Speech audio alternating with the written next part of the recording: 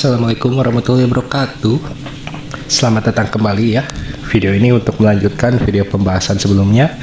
Dan siap-siaplah, besok hari kalian akan melaksanakan PSAT yang asli. Oke, kita lanjutkan kemarin sampai nomor 20 ya, terkait materi buku fiksi dan non-fiksi. Oke, yang hari ini atau di video ini sekarang kita akan melanjutkan untuk nomor 21 sampai nomor 30 yang diperuntukkan untuk materi surat pribadi dan surat dinas, berarti yang belum ya. Oke, kita langsung saja to the point. Nomor 21, kita lanjutkan nomor 21. Cermati stimulus berikut dengan seksama, artinya ini ya. Kemudian kita baca soalnya. Kutipan kalimat yang biasa digunakan dalam surat resmi terdapat pada nomor. Oke. Ini gampang ya bagi kalian yang sering melihat atau membaca surat resmi atau surat dinas. Itu surat dinas biasanya kita lihat nomor 1 ada kami berharap Bapak berkenan hadir. Nah, ini biasa ada ya di dalam surat dinas. Kemudian kangen banget sama kamu di sini. Nah, ini gak ada ya. Ini identik dengan surat pribadi ya. Untuk yang nomor 3, jangan lupa bawa oleh-oleh ya. Ini juga tidak, karena ini biasanya lebih ke surat pribadi ya, adanya di surat pribadi karena kalimatnya santai, bahasanya santai gitu ya. Kemudian yang nomor 4, sehubungan dengan pelaksanaan PSAT, ini bisa ada dalam surat dinas ya. Kemudian yang 5, nah ini yang paling krusial, wassalamualaikum warahmatullahi wabarakatuh. Assalamualaikum dan wassalamualaikum itu biasa ada di surat dinas, tergantung ketentuan sebuah instansi tersebut gitu ya. Jadi assalamualaikum, salam sejahtera, shalom, sampurasun, termasuk assalamualaikum dan wassalamualaikum itu boleh dipergunakan atau biasa ada di surat resmi. Berarti ini juga oke, centang. Berarti jawabannya 1, 4, 5. Oke, jawabannya A ya. Itu ya, yang paling krusial itu assalamualaikum, kemudian sampurasun ya, kata-kata seperti itu, dan itu suka ada dalam surat resmi ya. Oke, kita langsung ke nomor 22. Kita lihat, perhatikan kalimat-kalimat di bawah ini. Apa kabar Bandung, salam sayang, sahabatku Dina. Oke, kita lihat saja dulu soalnya, maksudnya pengen apa nih soalnya. Soalnya adalah susunlah kalimat-kalimat di atas menjadi bentuk surat pribadi yang padu dan logis. Oke, berarti kita hanya mengurutkan kalimat saja ya. Kita untuk menjawab soal ini ya tentunya kita harus terbiasa membaca atau membuat surat pribadi ya. Kalau yang sudah tahu unsur-unsur surat pribadi mungkin kita bisa mengerjakan soal semacam ini ya. Kita hanya tinggal mengurutkan kalimat agar menjadi surat pribadi yang padu dan logis. Oke. Yang pertama, di bagian paling atas itu pastinya adalah tempat dan tanggal surat ya, berarti 2 dulu.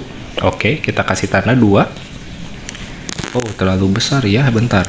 Kita kasih 2. Maaf, tulisannya ini sulit ya, gak pakai pena soalnya. Pakai curug. 2. Terus kata sapaan atau salam pembuka dalam surat pribadi itu biasanya kata sapaan ya, yang artinya dir sahabatku Dina. Berarti 4 ya. Nah, kalau sudah dapat 2 ini, kita lihat dulu opsi mana yang 2, 4. Oke, A dan C ya. Berarti untuk B dan D itu sudah pasti salah ya. Kemudian kita lanjut, dir sahabatku Dina. Setelah kata sapaan biasanya diawali dengan kalimat pembuka. Kalimat pembuka itu gak langsung ke inti atau ke maksud surat ya, tapi lebih ke basa-basi dulu, nanyain kabar dan sebagainya macamnya ya. Jadi kalau surat pribadi itu kalimat pembukanya itu biasa diawali dengan basa-basi ya, basa-basi busuk. Basa-basi kalimat yang mana? Coba, ini gak mungkin ya. Ini inti surat. Ini juga tidak. Oke, udah jelas ya, kelihatan. Apa kabar? Nah, ini. Semoga kamu sehat selalu ya. Ini basa-basi ya, basa-basi busuk. 2, 4, 1. Oke, kita lanjut ke setelah kalimat pembuka langsung ke inti surat gitu ya, karena surat itu gak usah panjang-panjang gitu ya. Langsung saja ke inti surat, mau menyampaikan apa. Coba lihat di antara 5 dan 6 kira-kira mana dulu nih biar padu gitu.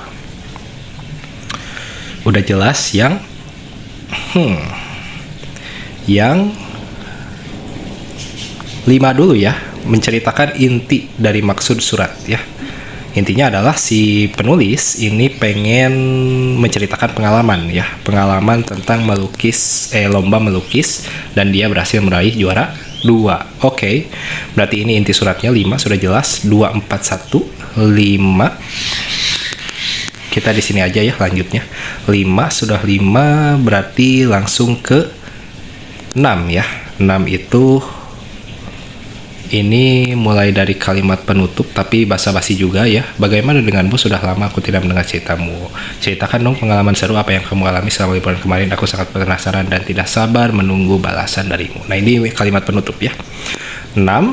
Kemudian identitas si penulis ya kalau nggak salah. Oke. Identitas penulis yaitu salam sayang. Diawali dengan salam sayang atau salam apa dulu. 3 berarti, dan terakhir 7 Tika. Berarti si penulisnya adalah Tika ya. Untuk si Dina sahabatnya ya. Jadi suratnya ini untuk si Dina, penulisnya adalah Tika. Oke. Berarti jawabannya 2 4 1 5 6 3 7. 2 4 1 5 6 3 7. Oke, jawabannya adalah C. Kalau ini 7 dulu ya, baru 3. Kalau ini 3 7. Berarti jawaban yang paling tepat adalah C ya. Oke, gak usah dihapus ya, kita lanjut saja ke nomor 23. Nah, di bawah ini yang merupakan penulisan tempat dan tanggal yang benar dalam surat resmi adalah, karena yang paling krusial dalam penggunaan bahasa baku itu memang di surat resmi ya. Kalau di surat pribadi, kalau ada kesalahan penulisan, tidak sesuai dengan PUEB itu gak apa-apa sih kalau di surat pribadi mah. Tapi kalau di surat resmi itu wajib baik dan benar, harus menggunakan bahasa Indonesia yang baik dan benar atau bahasa Indonesia yang baku. Termasuk juga tempat dan tanggal surat resmi ya. Bagaimana cara menulis tempat dan tanggal surat resmi yang benar? Tempat dan tanggal, bagaimana cara menulis yang benarnya? Yaitu yang ini, yang D ya. Bandung, spasi 16 spasi Mei spasi 2026. Gak usah pakai koma kebanyakan, komanya cukup di tempat, kemudian koma ya. 16 Mei 2026. Jangan juga pakai titik 2 atau garis miring atau apa ini namanya disebutnya, garis lurus ya, garis horizontal. Maaf, gak usah. Yang B salah, kenapa? Karena Bandungnya tidak dikasih koma ya. Berarti jawaban yang paling tepat Bandung, 16 Mei 2026. Paham ya? Oke, kita lanjut ke nomor 24. Oke, ini diingat ya cara menulis tempat dan tanggal surat yang baik dan benar nih. Oke, nomor 24. Cermati surat resmi atau surat dinas di bawah ini dengan seksama. Oke. Ini ada titik-titik ya. Maksudnya apa nih titik-titik? Hormat kami Kepala SMK Bakti Nusantara Dr. Andes Sony Aditya. Buset, tanda tangannya edan bet pada lope. Sika Adit aya lope. Kalimat yang paling tepat untuk melengkapi bagian rumpang. Oh, berarti titik-titik. Ini adalah bagian yang rumpang. Oke. Kalau di sini sudah ada inti surat, ada kalimat pembuka juga, ada salam pembuka juga, kemudian ada nomor, hal lampiran. Nah, ini sudah lengkap di atasnya. Berarti yang tidak lengkapnya atau yang tidak adanya itu adalah apa? Kalimat penutup surat resmi. Oke, berarti jawabannya kita cari. Besar harapan kami Bapak Ibu dapat hadir dan bekerja sama dengan baik. Ini terlalu apa ya? Ini termasuk tidak sopan sebenarnya gitu ya kalau dalam surat resmi itu. Jadi kesannya itu kayak apa ya? Kayak nyuruh gitu ya. Apalagi ada bekerja sama gitu kan. Ini kan undangan gitu ya, undangan rapat gitu. Kemudian atas perhatian dan kerjasama Bapak Ibu kami ucapkan terima kasih sebesar-besarnya. Ini hampir benar, hanya saja Yang salahnya itu terletak di bagian ini nih, kata sebesar-besarnya. Geli kalau di surat resmi. Jadi gak usah lebay kalau di surat resmi itu. Jangan ada kata yang sifatnya emosional gitu ya. Terima kasih sebesar-besarnya kami ucapkan, mohon maaf yang dari lubuk hati yang paling dalam. Gak usah gitu kalau di surat resmi. Jadi biasa aja gitu. Gimana ya jelasnya ya, pokoknya gitu ya. Ini geli ya, ada kata seperti ini di surat resmi. Bukan berarti salah, cuman di surat resmi itu tidak baik gitu ya, ada kata seperti itu. Kemudian mohon Bapak Ibu hadir tepat waktu dan tidak terlambat. Ini sebenarnya boleh ada di dalam, ini juga yang A juga boleh sebenarnya ada di surat resmi ya, di kalimat penutup surat resmi, tapi kita mungkin diminta untuk mencari yang paling tepat ya. Nah, yang paling tepat. Oke, yang D, demikian undangan ini kami sampaikan, atas perhatian Bapak Ibu kami ucapkan terima kasih. Ini yang paling betul. Ini to the point, jelas gitu ya. Untuk kalimat penutup lebih cocok sebagai kalimat penutup, atau lebih cocok untuk diisi di sini gitu ya. Maaf ya, agak fokus jelasinya, aduh belum makan. Bercanda. Oke, kita langsung saja ke nomor 25, 26, 27, 28. Di sini ada ya. Cermati teks di bawah ini untuk menjawab soal nomor 25, 26, 27, 28. Oke, berarti sepaket ya, seperti biasa. Kita abaikan saja dulu, kita lihat. Hai Karani, apa kabar Kak? Ini sudah jelas surat pribadi ya, gak mungkin surat resmi. Oke, kalau gitu kita langsung saja baca soalnya terlebih dahulu ya. Nanti kita lompat ke suratnya. Oke, nomor 25, berdasarkan ciri-cirinya, kutipan surat di atas termasuk jenis surat. Oke, ciri-cirinya di sini menggunakan bahasa yang santai dan akrab ya. Apa kabar Kak? Kemudian seru banget. Kemudian gimana kabar Kakak? Ceritain ya. Di surat bahasan ini sudah jelas ya, mengarah ke surat pribadi. Bukan surat resmi, bukan surat dinas maupun surat kaleng ya. Surat kaleng itu termasuk daripada bagian surat pribadi ya, tapi surat kaleng itu apa ya, semacam biasanya digunakan sama kakak-kakak kelas pas ospek. Aduh kacau. Oke, nomor 26 kita baca. Oke, nomor 25 tadi C ya. Oke, nomor 26, inti isi dari surat di atas adalah, oke, kita lompat ke teksnya. Kita lihat dulu ya, ingat ya tadi biasanya inti surat itu ada di tengah-tengah ya, di tengah-tengah surat. Oke, kita lihat.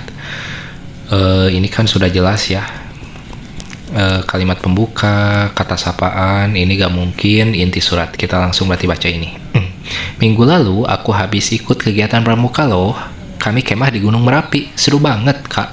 Aku tidur di tenda, masak bareng teman-teman, dan malamnya melakukan aktivitas sapi unggun.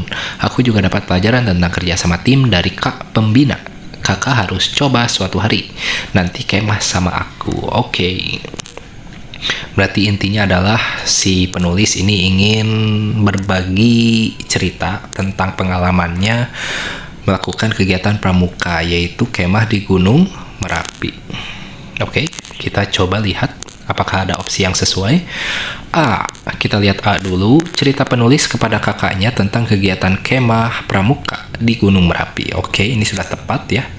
Cerita penulis kepada kakaknya tentang kerinduan tinggal di Yogyakarta. Tidak ya, inti surat ini menyampaikan pengalaman si penulis ya, kemah di Gunung Merapi pada kegiatan pramuka. Oke, berarti B salah, karena surat tersebut tidak fokus pada kerinduan. C, cerita penulis kepada kakaknya tentang kondisi kesehatan di Surabaya. Tidak juga. Cerita penulis kepada kakaknya tentang pelajaran kuliah di Surabaya. Tidak juga. Oke, jawabannya adalah A. Jawaban yang paling tepat adalah A. Oke, kita langsung saja lanjut ke nomor 27. Kesalahan penulisan pada teks di atas terletak pada kata. Oke, kita lihat, tinggal langsung saja baca opsinya ya, kemudian kita sesuaikan dengan teks. Oke, di Gunung Merapi, seharusnya di Gunung Merapi ini sudah jelas salah ya, tidak perlu lihat teks juga.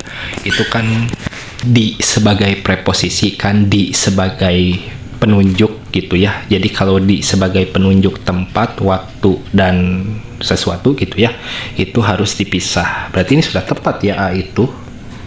Berarti A salah karena sudah betul ya penulisannya seperti ini, jangan seperti ini. Kemudian Yogyakarta seharusnya Yogyakarta seharusnya Yogyakarta. Ini kayaknya salah nulis opsi ya. Kita lihat Surabaya seharusnya Surabaya. Oke, kita lihat. Apakah di teks ada? Apa kabar Kak? Semoga Kakak selalu sehat di Surabaya. Oh iya, ini Surabaya ini nama kota, harus diawali dengan huruf kapital. Berarti jawaban yang paling tepat adalah C ya. D, di tenda, seharusnya di tenda. Ini juga di sebagai preposisi ya, sebagai penunjuk tempat. Jadi harus dipisah, sudah betul ya. Jadi jangan ditulis seperti ini. Berarti jawabannya yang paling tepat adalah C, sudah jelas ya. Oke, kita lanjut ke nomor 28. Ini hampir maghrib ya. Keburu azan. Nomor 28. Kalimat apa kabar Kak? Semoga Kakak selalu sehat di Surabaya ya. Termasuk unsur bagian. Oke, kita lihat berarti di bagian awal surat ya. Ini kata sapaan. Ini tadi apa? Kalimat pembuka. Ya, kalimat pembuka surat itu biasanya diawali dengan basa-basi busuk. Ya, seperti itu. Oke. Berarti kalimat sapaan bukan, isi surat jelas bukan, penutup surat pasti ada di akhir penutup surat itu ya. Berarti jawaban yang paling tepat adalah kalimat pembuka surat. Nomor 28B. Oke, kita lanjut ke nomor 29. Nomor 29 itu sudah di luar teks tadi ya. Berikut merupakan ciri-ciri surat pribadi kecuali. Oke, jangan lupa ya. Ada kecuali, berarti yang bukan. Oke. Berikut merupakan ciri-ciri surat pribadi. Kita lihat A, menggunakan bahasa santai dan akrab. Ini ciri-ciri surat pribadi ya. Menggunakan bahasa baku dan formal, ini jelas bukan ya. Ini adalah ciri-ciri surat resmi atau surat dinas. Yang C, salam pembuka menggunakan nama panggilan. Tepat juga ya, identik dengan surat pribadi. Salam pembuka. Yang D, salam pembuka menggunakan nama panggilan. Kok sama? Oke, ini agak kacau yang nulis soal, padahal saya yang nulis soal ya, mohon maaf. Ini juga betul berarti D ya, anggap saja bonus. Berarti jawaban yang paling tepat adalah kecuali B ya. Oke, sekarang kita ke bagian terakhir untuk video yang saya buat ini selama ini ya. 3 video pembahasan tentang soal PSAT yang akan muncul, dan khususnya untuk di sekolah saya ya. Mohon maaf jika yang di luar sekolah barangkali materinya tidak sesuai dengan yang kalian ajarkan di sekolah masing-masing, mohon maaf ya. Dan sebagai pamungkas kita tutup nomor 30. Kita lihat nomor 30, ini kayaknya bonus ya. Si penulis soal kayaknya udah capek nulis soal. Ya saya pribadi sih, saya ngomongin diri sendiri. Di bawah ini yang merupakan aplikasi pengirim pesan instan adalah, ini mah gampang, anak zaman now pasti bisa jawab lah, gak mungkin gak bisa. Kalian ini anak Gen Z, oh bukan Gen Z ya, kalian sudah masuk Gen Alpha ya. Ya, Gen Z, Alpha, Beta itu pasti sudah identik dengan yang namanya media sosial, modernisasi, dan sebagainya. Oke, sudah azan, berarti kita tutup saja. Jawaban yang paling tepat Microsoft Word, ini jelas salah karena ini aplikasi untuk mengetik ya. Google Chrome ini aplikasi pencarian. Kemudian Adobe Photoshop ini juga aplikasi edit ya di komputer atau di laptop. Dan yang paling tepat adalah C, Telegram ya. Oke, itulah jawaban-jawaban untuk soal-soal tersebut. Silahkan disamakan dengan jawaban kalian. Kalian benar berapa? Benar 10? Benar 9? Benar 8? 7? 6? 5? 4? 3? 2? 1? Atau tidak ada yang benar sama sekali? Tidak mungkin ya. Siswa-siswa saya cerdas kok. Oke, terima kasih sudah menonton. Kita lanjut pembahasannya di saluran WA. Bye.